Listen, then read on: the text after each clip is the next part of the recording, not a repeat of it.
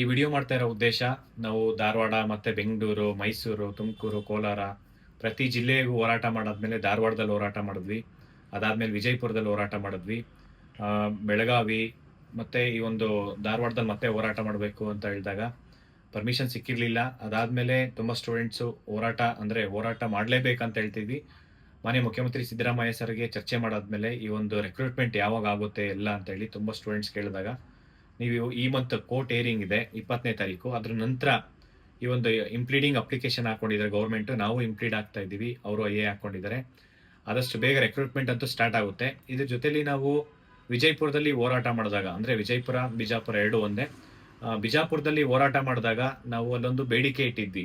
ಜಿಲ್ಲಾ ಕ್ರೀಡಾಂಗಣ ಅಂದ್ರೆ ಅಂಬೇಡ್ಕರ್ ಸ್ಟೇಡಿಯಂದು ಪ್ರವೇಶ ಶುಲ್ಕ 500 ರೂಪಾಯಿ ಇತ್ತು.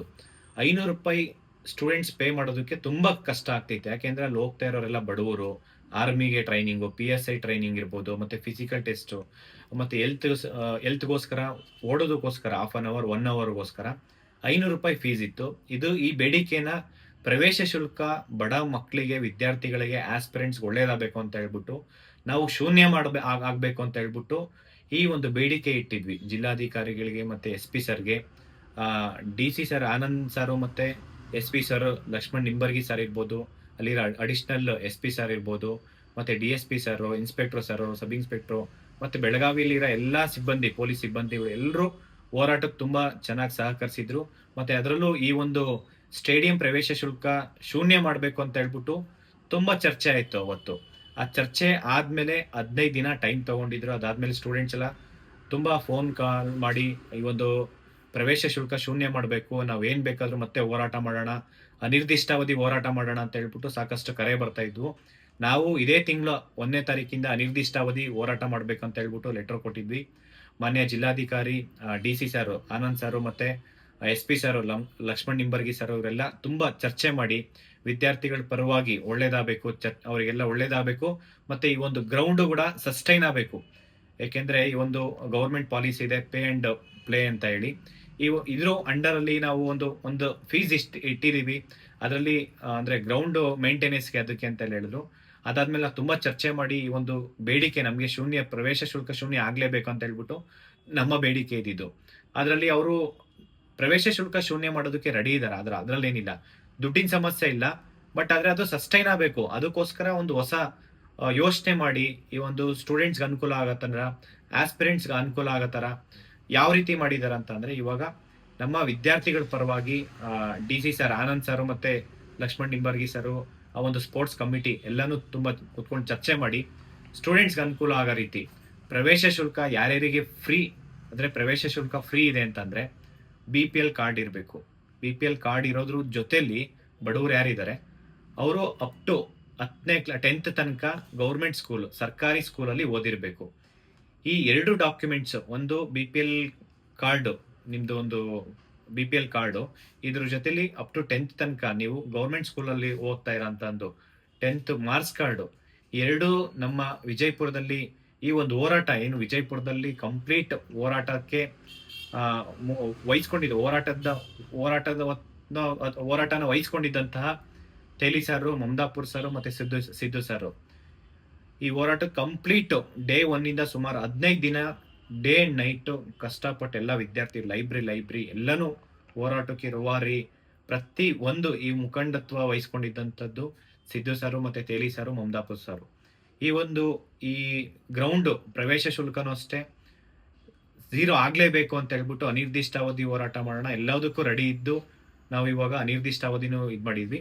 ಇವಾಗ ಈ ಒಂದು ಡಾಕ್ಯುಮೆಂಟ್ಸು ವಿಜಯಪುರದಲ್ಲಿ ಇರೋಂಥ ಎಲ್ಲಾ ಸ್ಟೂಡೆಂಟ್ಸು ಮತ್ತೆ ಬೇರೆ ಕಡೆಯಿಂದ ಯಾರ್ಯಾರು ಇದ್ದೀರಾ ಅಲ್ಲಿ ಬಂದು ಉಳ್ಕೊಂಡಿರೋ ಅಂತಾರೋ ಎಲ್ರು ಈ ಡಾಕ್ಯುಮೆಂಟ್ಸ್ ಬೇಕೇ ಬೇಕು. ಒಂದು BPL ಕಾರ್ಡ್ ನಿಮ್ದು, ಇದ್ರ ಜೊತೆಲಿ ಅಪ್ ಟು 10th ತನಕ ಗೌರ್ಮೆಂಟ್ ಸ್ಕೂಲಲ್ಲಿ ಓದಿರೋಂಥ ಒಂದು ಮಾರ್ಕ್ಸ್ ಕಾರ್ಡ್, ಎರಡು ಡಾಕ್ಯುಮೆಂಟ್ಸು.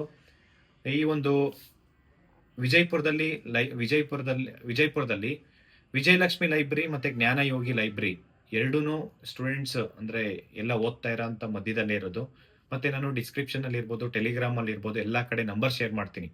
ಆದಷ್ಟು ಬೇಗ ವಿತಿನ್ 2-3 ಡೇಸ್ ಒಳಗಡೆ ಎಲ್ಲರೂ ನಿಮ್ಮ ಡಾಕ್ಯುಮೆಂಟ್ಸ್ ತಗೊಂಡು ಸಿದ್ದು ಸರ್ಗೆ, ಮಮದಾಪುರ್ ಸರ್, ತೇಲಿ ಸರ್ಗೆ, ಇಷ್ಟು ಜನಕ್ಕೆ ಅಲ್ಲಿ ಇರೋ ಒಂದು ಟೀಮ್ ಇದೆ ಅಲ್ಲಿ, ಲೈಬ್ರರೀಸ್ ಇರ್ಬೋದು, ಕೋಚಿಂಗ್ ಸೆಂಟರ್ ಅವರಿಗೆ ಈ ಒಂದು ಡಾಕ್ಯುಮೆಂಟ್ಸ್ ಕೊಟ್ಟರೆ, ನಿಮ್ಮ ಡಾಕ್ಯುಮೆಂಟ್ಸ್ ಎಲ್ಲ ತಗೊಂಡೋಗಿ ಸ್ಪೋರ್ಟ್ಸ್ ಕಮಿಟಿ ಮತ್ತು ಡಿ ಸಿ ಸರ್ ಹತ್ರ ಹೋಗಿ ಚರ್ಚೆ ಮಾಡಿ ಅವ್ರಿಗೆ ಕೊಟ್ಟು ಇದನ್ನ ನಿಮ್ಗೆಲ್ರಿಗೂ ಫ್ರೀ ಫ್ರೀ ಮಾಡ್ಕೊಡ್ತಾರೆ. ಅಂದರೆ ಪ್ರವೇಶ ಶುಲ್ಕ ಫ್ರೀ, ಮತ್ತು ಒಂದು ಸ್ಲಾಟ್ ಫಿಕ್ಸ್ ಆಗುತ್ತೆ ನಿಮಗೆ, ಇಂಥ ಟೈಮಿಗೆ ನೀವು ಹೋಗ್ಬೇಕು ಅಂತೇಳಿ. ಅಂದರೆ ನಿಮಗೆ ಕನ್ವೀನಿಯನ್ಸ್ ಆಗೋ ಥರ, ಮತ್ತು ನಿಮ್ಗೆ ಅಲ್ಲಿ ಗ್ರೌಂಡು ರಿಯಾಲಿಟಿ ಅಂದರೆ ಯಾವ ಟೈಮಲ್ಲಿ ಟೈಮ್ ಸ್ಲಾಟ್ಸ್ ಇದೆ ಎಲ್ಲದಕ್ಕೂ ಅನುಕೂಲ ಆಗೋ ರೀತಿ ಈ ಒಂದು ನಮ್ಮ ಪ್ರವೇಶ ಶುಲ್ಕನ ಶೂನ್ಯ, ಯಾರು BPL ಹೋಲ್ಡರ್ ಇದ್ದಾರೆ ಮತ್ತು ಅಪ್ ಟು 10th ತನಕ ಇವರಿಗೆ, ಮತ್ತು APL ಕಾರ್ಡ್ ಅವ್ರಿಗೆ ಯಾರು, ಮತ್ತೆ ಶ್ರೀಮಂತ್ ಅಂದರೆ ಯಾರು ತುಂಬ ನೀಡಿರೋ ಅಂಥವ್ರಿಗೆ, ಇದು ಬಿಟ್ಟು ತುಂಬ ನಮ್ಮ ಹತ್ರ ದುಡ್ಡೇ ಇಲ್ಲ, ನಾವು ಪ್ರೈವೇಟ್ ಸ್ಕೂಲಲ್ಲಿ ಓದಿದ್ದೀವಿ ಆದರೆ ಇವಾಗ ನಮಗೆ ಫೀಸ್ ಕಟ್ಟೋದಕ್ಕೆ ಆಗೋದೇ ಇಲ್ಲ ಅಂತಂದರೆ ಅಂಥವ್ರು ಕೂಡ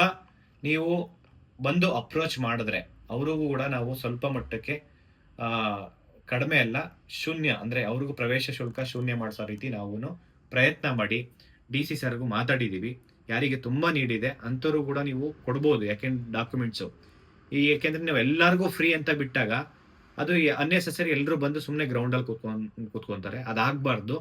ಎಲ್ಲರೂ ಇದನ್ನ ಯುಟಿಲೈಸ್ ಮಾಡ್ಕೊಳ್ಳಿ. ಯಾಕೆಂತಂದ್ರೆ ಹೋರಾಟ ಮಾಡೋದು, ಈ ತರ ರಿಫಾರ್ಮ್ಸ್ ತಗೊಂಬರೋದು, ಈ ತರ ಯೋಚನೆ ಮಾಡೋದು ಯಾವ್ದು ಅಷ್ಟು ಈಸಿ ಒಂದಿಂದಲ್ಲ ಆಗಲ್ಲ. ಇಷ್ಟು ದಿನ ಮಾಡಿರೋದಕ್ಕೆ ಈ ಒಂದು ಪ್ರಯತ್ನ ಸಿಕ್ಕಿದೆ, ಈ ಒಂದು ಫಲ ಸಿಕ್ಕಿದೆ. ವಿದ್ಯಾರ್ಥಿಗಳಿಗೆ ಯಾರಿಗೆ ತುಂಬಾ ನೀಡಿದೆ, ಸುಮಾರು 1 ವರ್ಷಕ್ಕೆ 6,000 ರೂಪಾಯಿ ಫೀಸ್ ಕಟ್ಟಬೇಕಾಗಿರೋದಂತನ್ನ ಇವತ್ತು ಝೀರೋ ಮಾಡ್ತಿದ್ದಾರೆ ಅಂತಂದ್ರೆ ಈ ಒಂದು ಹೋರಾಟ ಮುಖಂಡ ವಹಿಸ್ಕೊಂಡಿದಂತ ಎಲ್ರಿಗೂ, ಎಲ್ಲ ಕೋಚಿಂಗ್ ಸೆಂಟರ್ ಇರ್ಬೋದು, ಮತ್ತೆ ಎಲ್ಲ ಲೈಬ್ರರಿ ಓನರ್ಸ್ ಇರ್ಬೋದು, ಮತ್ತೆ ಅಲ್ಲಿ ಏನು ಕೋಚಿಂಗ್ ಮೆಂಟರ್ಸ್ ಇರ್ಬೋದು, ಎಲ್ಲರೂ ಸಪೋರ್ಟ್ ಮಾಡಿದ್ರ. ಎಲ್ಲದಕ್ಕಿಂತ ಹೆಚ್ಚಾಗಿ ಸ್ಟೂಡೆಂಟ್ಸು, ಯಾಕೆಂದ್ರೆ ನಾವು ಧಾರವಾಡದಲ್ಲಿ ಹೋರಾಟ ಮಾಡಿದಾಗ, ಬೆಂಗಳೂರಲ್ಲಿ ಇರ್ಬೋದು, ವಿಜಯಪುರದಲ್ಲಿ ಹೋರಾಟ ಮಾಡಿದಾಗ, ನಾವು ಬೆಳಗಾವಿ ಹೋದಾಗ, ಪ್ರತಿಯೊಂದು ಜಿಲ್ಲೆಗೆ ಹೋದಾಗೂ ಎಷ್ಟು ನೀಟಾಗಿ ಅಂದರೆ ಸ್ಪಂದಿಸಿ ಪ್ರತಿಯೊಂದು ಸ್ಟೂಡೆಂಟ್ಸು ಹೋರಾಟಕ್ಕೆ ಬಂದು ನಿಂತ್ಕೊಂಡು ಹೋರಾಟಕ್ಕೆ ಬಂದಿರೋದ್ರಿಂದನೇ ಈ ಒಂದು ಯಶಸ್ವಿ ಆಗಿರೋದು. ಅದರಿಂದ ಈ ಒಂದು ಸದುಪಯೋಗ ಪಡ್ಕೊಳ್ಳಿ. ಯಾಕೆಂತಂದ್ರೆ ನಿಮ್ಗೋಸ್ಕರ ಮಾಡಿರೋಂಥದ್ದು ಈ ಒಂದು ಡಾಕ್ಯುಮೆಂಟ್ಸು. ಮತ್ತೆ ನಂಬರ್ ಹೇಳ್ತೀನಿ, ನಿಮ್ಗೆ ಅಡ್ರೆಸ್ ಹೇಳ್ತೀನಿ ಕೊನೆಯದಾಗಿ.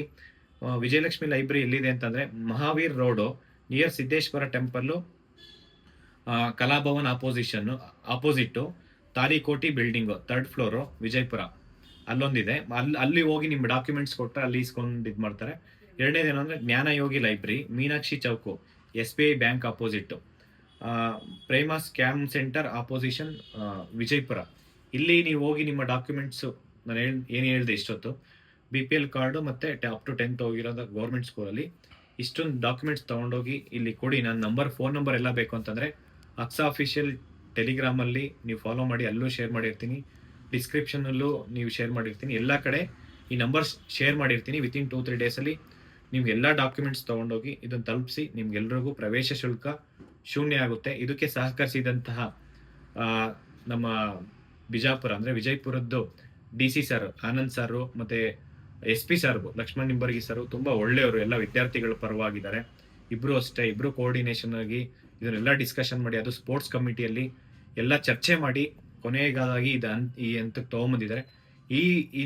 ಇಷ್ಟು ಬೆಳವಣಿಗೆಗೆ ಮತ್ತು ಈ ಸಹಕರಿಸಿದ್ದಕ್ಕೆ, ನಮ್ಮ ಹೋರಾಟಕ್ಕೆ ಸಹಕರಿಸಿದ್ದಕ್ಕೆ DC ಸರ್ಗೆ, ಆನಂದ್ ಸರ್ಗೆ ಮತ್ತು SP ಸರ್ ಲಕ್ಷ್ಮಣ್ ನಿಂಬರ್ಗಿ ಸರ್ಗೆ, ಎಲ್ಲ ವಿದ್ಯಾರ್ಥಿಗಳ ಪರವಾಗಿ, ಎಲ್ಲ ಕೋಚಿಂಗ್ ಸೆಂಟರ್ ಪರವಾಗಿ, ಎಲ್ಲ ಮೆಂಟರ್ಸ್ ಪರವಾಗಿ, ಎಲ್ಲರ ಪರವಾಗಿ ಅವರಿಗೆ ಧನ್ಯವಾದ ತಿಳಿಸ್ತೀನಿ. ಎಲ್ರಿಗೂ ಒಳ್ಳೇದಾಗಲಿ. Thank you so much. ನಮಸ್ಕಾರ.